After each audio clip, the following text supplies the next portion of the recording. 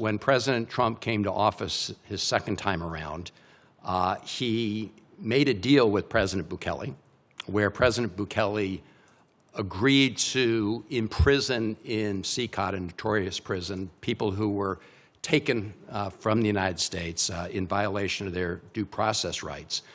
Less attention has been paid to what President Bukele got in exchange. What he got in exchange was that President Trump ordered federal prosecutors to drop charges that were pending against MS-13 people who were in United States custody, had been charged with crimes. They were in U.S. custody. They were awaiting trial in the United States.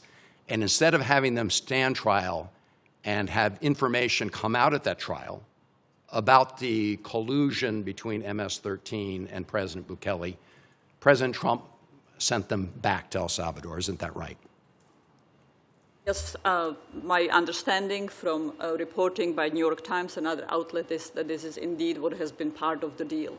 And certainly the lack of disclosure that the charged individuals would provide in cooperating with U.S. law enforcement authorities or in U.S. courts is, in my view, a significant blow to countering organized crime groups and, crucially, to countering the political collusion that enables it in a fundamental way. No, I agree with you 100%. I think it sends a very dangerous message to U.S. law enforcement that when they're in the middle of making a case against MS-13 gang members here in the United States, rather than take them to trial and get that testimony and evidence, they get sent back to El Salvador where they're effectively silenced. That testimony doesn't come to light.